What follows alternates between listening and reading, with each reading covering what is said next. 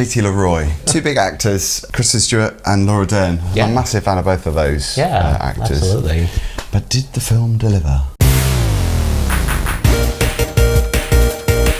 You know what, Phil? I really, really like this movie. Did you? Yeah, I had no idea really what the story was about, and it is a true story. Yeah. So it's always a bit tricky when you take on true stories. This, is it going to be interesting enough to hold up a film of its own? And I was just captivated from the very minute this film came on. I was drawn into the story. I love Kristen Stewart anyway, so she can really do no wrong in my book. I think she's really an underrated actress. What she delivered in this movie was very beguiling and very I just loved, this androgynous young thing who's pulling off a con job, Well, this is the thing, because it was 6 years that she was basically pretending to be somebody else. Yeah. Which is a long time when you think about it, and you think about the true story. I mean, to actually be able to do that, walk in somebody else's footsteps for 6 years, that's a long time to...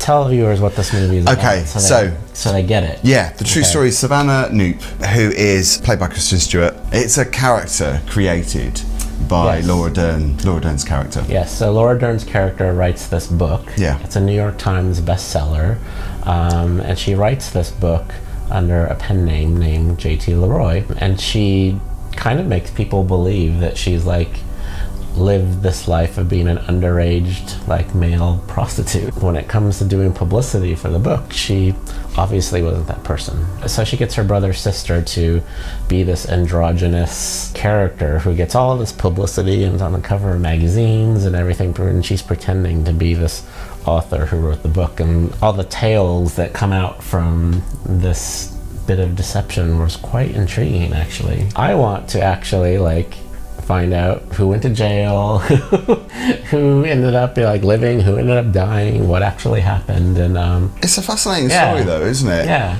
But I just don't know whether, to me it just felt like it, not flatlined, but it just didn't seem to go anywhere. There wasn't really much of a story, and I'm sure in reality there was more of a story. Because they're both very troubled people. Obviously that was the reason for it to happen in the first place, I think, because they both needed success of sorts. Watching Kristen Stewart's character actually get into it in real life, half the time she pretends to be a famous person, and the other half the time she's a waitress. A waitress in I think San Francisco. I don't know, I just really liked the story. I was interested in the story. It kind of gave me the same sort of feels as Can You Ever Forgive Me? Right. Which is kind of a very similar... I enjoyed that much more, I have to say. Their performances were fantastic, but I just felt like their characters were quite cold. I don't know whether maybe that was intentional. Maybe they were very cold people. Didn't feel much depth there. I actually kind of want to read the character's book, because she actually wrote the book about what this movie was based on. I kind of want to read the book now. Yeah. And I kind of want to read the original book that was written, which spawned the whole controversy. Yeah, so it's a great story. I'm kind of really into all of it, strangely. It just captivated me. I don't know when this movie is coming out in the cinemas, or if it's even getting a cinema release. I've already seen it on demand.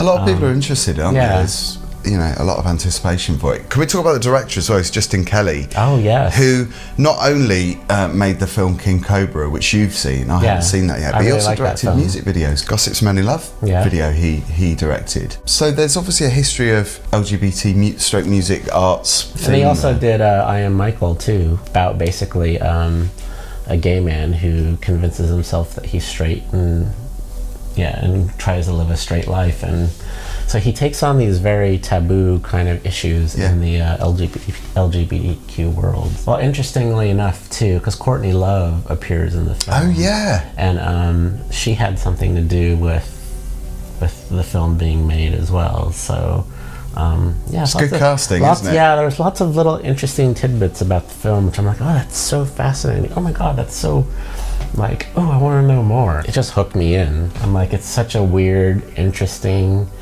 strange, thoughtful, deceivious sort of film. I guess I like that sort of stuff. Yeah, I enjoyed it. It hooked me in as well. It kept me watching, but it just left me ultimately feeling a bit cold, unfortunately. That's fair. Yeah, so I'm going to give it 3 stars.